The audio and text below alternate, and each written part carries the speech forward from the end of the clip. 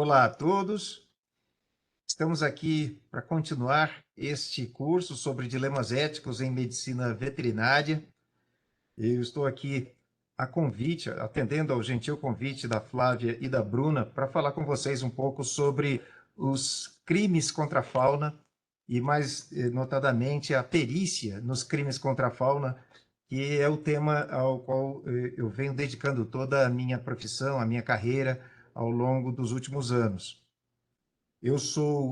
Meu nome é Sérgio Túlio Reis, eu sou perito da Polícia Federal, médico veterinário, possuo especialização em medicina veterinária legal, mestrado em perícias ambientais e doutorado em patologia animal. E ao longo desse trabalho como perito, a gente vem se deparando com diversas questões que tem, já que a medicina veterinária legal e a perícia veterinária têm uma interface muito importante com os temas éticos.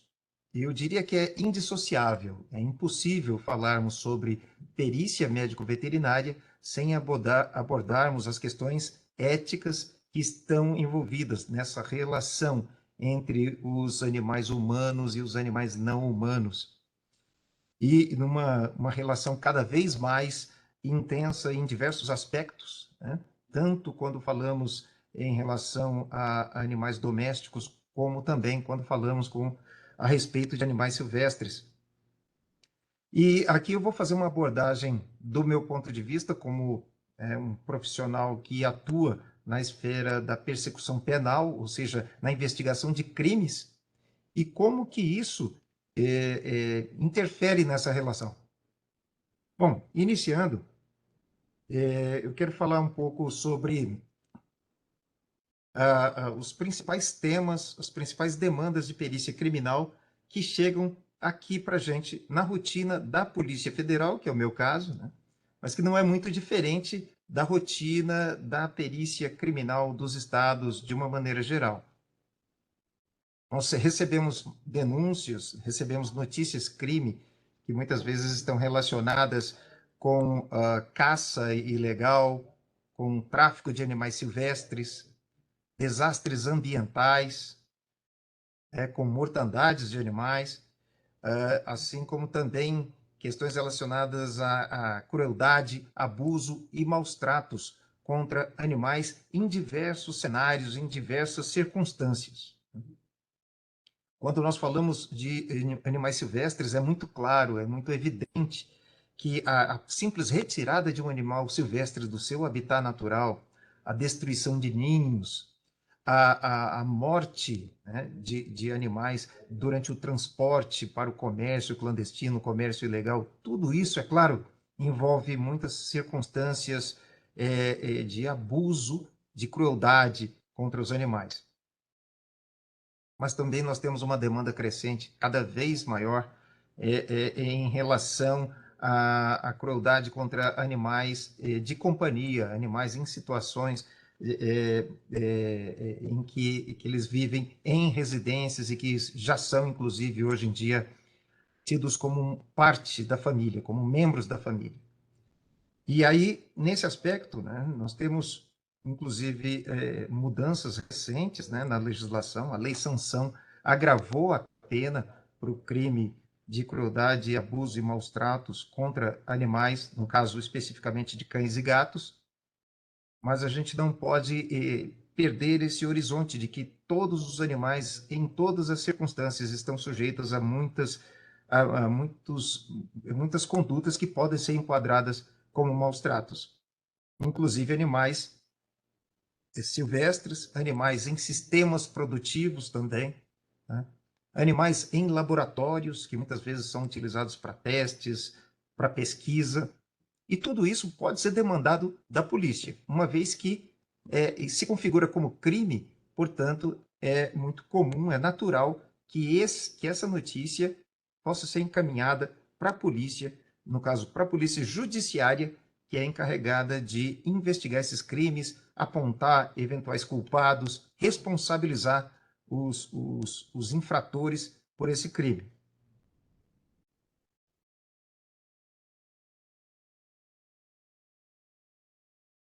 Bom, Nós temos aqui algumas imagens de alguns dos casos que chegam com alguma frequência para perícia da Polícia Federal, né, envolvendo denúncias de animais em circos, ou então em zoológicos, ou em criadouros, e que esses ambientes não são os mais adequados para a manutenção desses animais.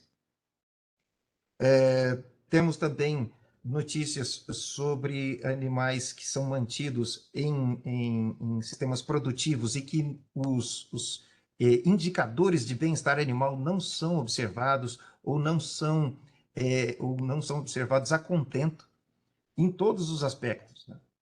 Hoje já está muito difundido no meio forense o protocolo de perícia em bem-estar animal, que foi desenvolvido pela professora Janaína Hammerschmidt, junto com a sua orientadora, a professora Carla Molento, pelo Laboratório de Bem-Estar Animal da Universidade Federal do Paraná, em que ali nós vemos os diversos aspectos em que os diferentes indicadores que devem ser observados pelos investigadores, pelos fiscais, por todos aqueles que estão investigando denúncias de maus tratos.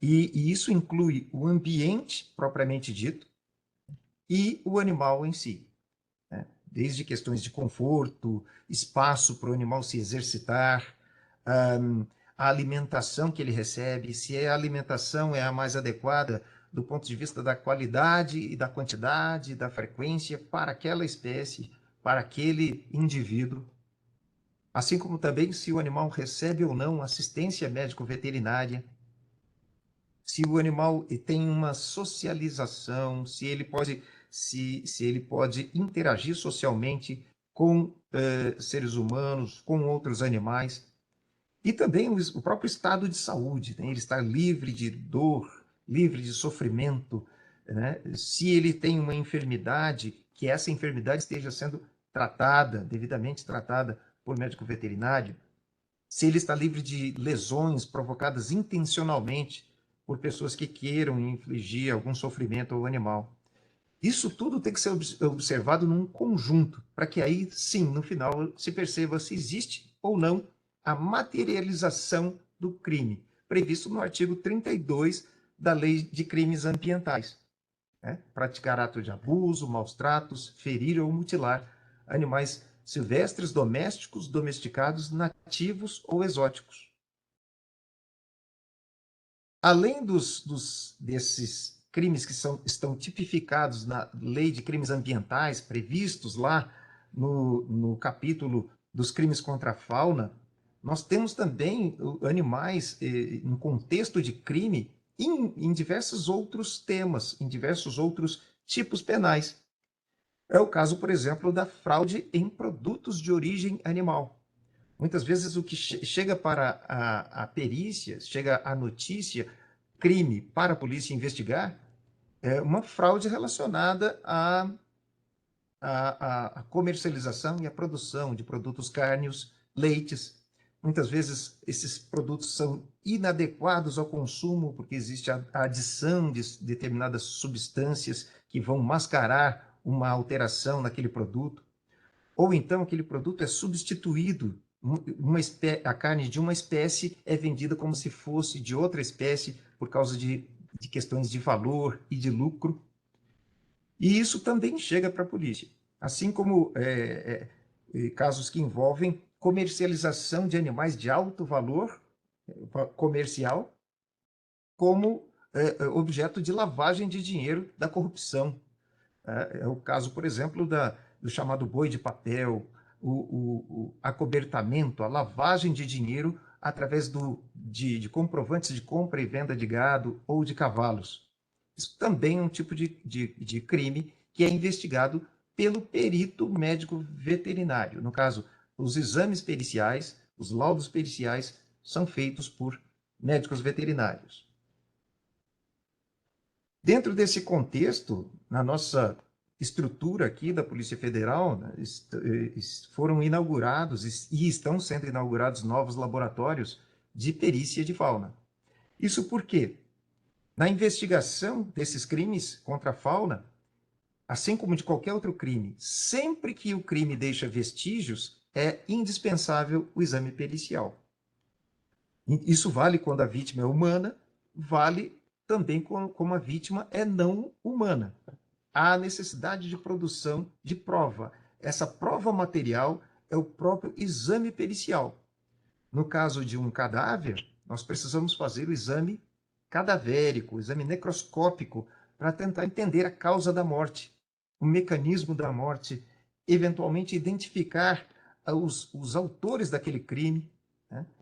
E os instrumentos utilizados para o cometimento daquele crime. E essas informações são relatadas em laudo pericial que vai ser entregue para as autoridades, no caso, para o delegado de polícia, para o promotor de justiça, para o juiz de direito, e assim eles terem as informações mais adequadas do ponto de vista científico para embasar uma decisão judicial. Esses laboratórios a que eu me refiro, aqui na Polícia Federal, no Instituto Nacional de Criminalística, foram desenvolvidos para isso, para esse exame de corpo de delito animal, como nós vemos nessas imagens. Além do exame necroscópico, além do exame de necrópsia propriamente dito, existe também a necessidade de exames muitas vezes, de cadáveres já em adiantado estado de decomposição, já esqueletizados, e isso é feito através de exames de zoomorfologia forense. É um ramo da medicina veterinária legal que se inspirou, que se baseia muito nos procedimentos da antropologia forense. Quando você já encontra já uma ossada, né? Encontra só os dentes, só ossos, e a partir dali, desse material, você precisa identificar o animal, saber a causa da morte, enfim. Muitas informações que podem ser obtidas mesmo a partir de um cadáver já em adiantado estado de decomposição. Esses exames também muitas vezes requerem exames complementares, né? Partir de uma necropsia, você pode coletar amostras que vão apresentar resultados que vão complementar o exame macroscópico. É o caso da histopatologia. Também nós temos os exames de diagnóstico por imagem, que são cada vez mais utilizados nos exames cadavéricos. Temos também a toxicologia, né? Exames genéticos para identificação de animais, exames mais avançados, como a análise de razão isotópica, que vem sendo cada vez mais utilizado para determinação da origem, da região geográfica de origem de um determinado animal.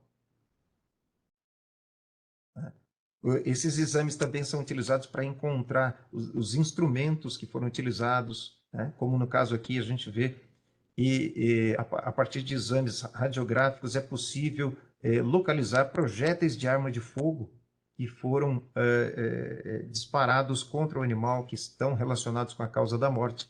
Sem esse tipo de equipamento, seria muitas vezes difícil você encontrar os projéteis e às vezes, determinar a dinâmica daquele crime. Bom,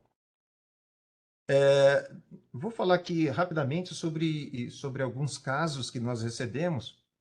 E esses casos, eles vêm chegando com mais frequência para a polícia porque existe uma preocupação social crescente sobre esses temas. Cada vez mais, a sociedade cobra das autoridades a investigação de crimes contra animais. Cada vez mais, as pessoas se preocupam sobre a forma como os animais são tratados, e isso em qualquer sistema onde eles vivam, seja dentro de uma residência, seja dentro de um sistema produtivo. Cada vez mais, a forma como os animais são criados, são tratados, tem despertado o interesse, a curiosidade e a preocupação da sociedade. E com isso nós vemos casos chegando, casos que muitas vezes têm grande repercussão. Nós sabemos aí pela mídia de muitos casos de crimes, principalmente crimes que envolvem suspeitas de crueldade, abuso e maus tratos contra animais, que vem ganhando uma grande repercussão na mídia, né? Nós temos o caso do navio Nada, temos o caso das búfalas de Brotas, temos tantos outros temas que envolvem o uso de animais em práticas chamadas esportivas, culturais, tradicionais. E esses temas, cada vez mais, são demandados da polícia e cada vez mais são abordados no curso de processos judiciais. De modo que nós temos decisões judiciais sobre esses casos, formação de jurisprudência. Muitas vezes esses casos chegam até o Supremo Tribunal Federal e são discutidos lá. E se nós temos a formação de uma prova material, ou seja, se temos uma investigação técnico-científica, produção de um laudo pericial robusto, bem embasado cientificamente, é claro que as autoridades vão ter muito mais condições de entender aquele caso e de punir os eventuais infratores. Então, o que nós dizemos sempre? Que a perícia ela é uma aliada. Ela é uma aliada para a gente solucionar os casos e descobrir a verdade, porque ela se baseia em ciência, não se baseia em achismos, não se baseia em subjetividades, mas em dados objetivos que são confrontados com o que a ciência tem de mais avançado. Esse tem que ser o grande objetivo da perícia, a produção da verdade real, né? Ou seja, que permita a formação da convicção dos juízes e permitir que se faça justiça de verdade em cada um dos casos. Nós temos aqui, por exemplo, uma necropsia de um golfinho, né, que veio a óbito em uma praia do Nordeste e que havia suspeita de que teria vindo a óbito em função do derramamento de óleo que aconteceu no litoral do Nordeste no ano de 2019. Assim como esse caso desse golfinho, muitos outros animais foram necropsiados, foram buscados lá nessas praias e foram levados para laboratórios onde foram feitos os exames cadavéricos para saber se aqueles óbitos tinham relação com aquele importante caso de derramamento de petróleo. Suspeita de que havia sido derramado por um navio petroleiro. Aqui nós temos uma imagem de uma tartaruga marinha que foi encontrada em uma das praias. Também, a partir dos exames cadavéricos, foi possível identificar uma quantidade de óleo aderida à carapaça da tartaruga, assim como obstruindo vias aéreas, e podendo ser associado efetivamente à causa da morte desse animal. E assim como é esse caso, dezenas de outros casos foram examinados, foram periciados naquele ano. Um outro caso que a gente trouxe, que teve grande repercussão, né, na época, foi da morte de 3 onças, em que essas onças foram caçadas e houve um vídeo sobre essa caçada que foi divulgado na internet. A partir do vídeo que foi divulgado nas redes sociais, inclusive, foi iniciado um inquérito policial federal e foi feita a perícia de local de crime relacionada a esses fatos. Foram utilizados os conhecimentos de zoomorfologia forense, as técnicas de zoomorfologia forense, para esclarecimento do caso, tentar identificar a causa da morte, a identificação desses animais, estabelecer o sexo, a idade, o porte, enfim, todas as informações necessárias. Foi feita a perícia de local de crime. A notícia é de que no vídeo apareciam 3 onças mortas, né? E havia uma suspeita da localidade. Os peritos se deslocaram até lá e lá eles fizeram buscas e encontraram diversos restos mortais, como os que nós vemos nessas imagens. Fragmentos de ossos, partes de animais que haviam sido desmembrados, provavelmente por animais carniceiros. E cada um desses fragmentos ósseos foi localizado pelos peritos de local de crime, foram recolhidos e levados ao laboratório. No laboratório de zoomorfologia forense, os peritos identificaram cada um dos ossos que foram trazidos, fizeram um inventário ósseo, fizeram uma reconstrução dos cadáveres para poder responder às perguntas das autoridades, inclusive para saber quantos animais foram vítimas nesse caso, foram vítimas desse crime. Nós temos aí um conjunto grande de ossos em que precisamos saber quantos indivíduos nós temos ali, qual a idade deles, qual a causa da morte. Esse trabalho meticuloso é feito a partir de comparações, né, com dados conhecidos sobre o esqueleto da espécie suspeita, que no caso aqui era uma onça pintada. Então, fazendo as comparações entre os ossos que foram encontrados no local de crime com esses modelos, com esses padrões que existem, padrões digitais ou em museus de zoologia, de anatomia, foi possível fazer a identificação da espécie, confirmando se tratar de onça pintada. E, mais do que isso, foi possível estabelecer um número mínimo de indivíduos. Nesse caso, a partir do exame das pelves, por exemplo, foram recuperadas 3 pelves. Portanto, é possível afirmar que ali havia, no mínimo, 3 animais, e mais do que isso, foi possível estabelecer o sexo e a idade aproximada a partir dos dados morfométricos dessa pelve, corroborado por outras informações, como o crescimento ósseo, o desenvolvimento dos dentes.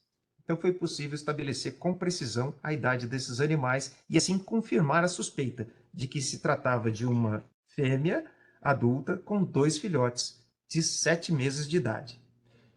Isso tudo foi possível a partir da investigação científica, né? A partir de uma pesquisa uma pesquisa forense que utilizou de diversos conhecimentos de anatomia, de fisiologia, conhecimentos sobre patologia forense, sobre entomologia forense e diversos outros temas que foram fundamentais para o esclarecimento do caso.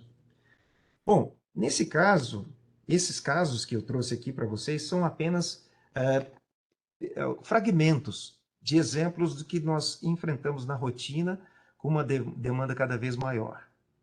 E daí porque a necessidade de termos mais peritos veterinários nas diversas instituições forenses estaduais e federal que temos trabalhando com esses temas. Nós precisamos de ter um corpo técnico capacitado em número adequado para que esses peritos possam prestar um auxílio eficaz às autoridades. E sempre que for demandado, sempre que houver crimes contra os animais, nós tenhamos os peritos criminais atendendo de uma maneira eficaz e, sempre de uma maneira tempestiva. É claro que, né, o Código de Processo Penal ele estabelece que sempre o ideal é que a perícia seja feita por peritos criminais, ou seja, são peritos oficiais concursados. Mas na falta dos peritos concursados, sempre há a possibilidade das autoridades nomearem peritos, são chamados peritos ad hoc, que são profissionais, no caso, por exemplo, médicos veterinários, que são nomeados para fazer uma perícia dentro de um caso específico, dentro de uma denúncia específica. O importante é que, tanto quanto possível, nós tenhamos uma investigação por especialistas na área, produzindo laudos periciais de qualidade para auxiliar as autoridades. E assim, dar uma resposta a esse anseio social do qual nós falamos. A sociedade clama por justiça. A sociedade cada vez mais se preocupa com o destino dos animais, a forma como eles são tratados e, portanto, as autoridades, as instituições, o poder público, de uma maneira geral, tem que dar uma resposta à altura, no sentido da punição dos infratores e até como um papel pedagógico para que as pessoas cada vez mais saibam que existe uma maneira adequada, né, de se tratar os animais não humanos, que eles também têm a sua dignidade, que eles têm também os seus direitos e cada vez mais podem exercer esses direitos. Era basicamente isso que eu tinha para apresentar para vocês. Eu espero ter atendido aqui a essa demanda do curso, né? E boa sorte a todos e nos vemos em outra oportunidade.